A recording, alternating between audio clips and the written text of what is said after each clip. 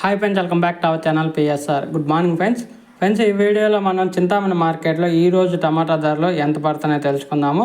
ఈరోజు డేట్ వచ్చేసి 11వ తారీఖు 6వ నెల 2024 సంవత్సరం. ఇక్కడ చింతామణి మార్కెట్లో అయితే 14 కేజీల బాక్సులు ఉంటాయి. ఇంకా ధరలు చూసుకుంటే ఈరోజు చింతామణి మార్కెట్లో అయితే 150 రూపాయల దాకా అయితే ధర అయితే పెరగడం జరిగింది నిన్నటి మీద. ఇంకా ధరలు చూసుకుంటే ఈ తార రకం క్వాలిటీ 100 రూపాయల నుంచి 300 రూపాయల దాకా పడుతుంది. 100 రూపీస్ టు 300 రూపీస్ దాకా పడుతుంది చింతామణి మార్కెట్లో.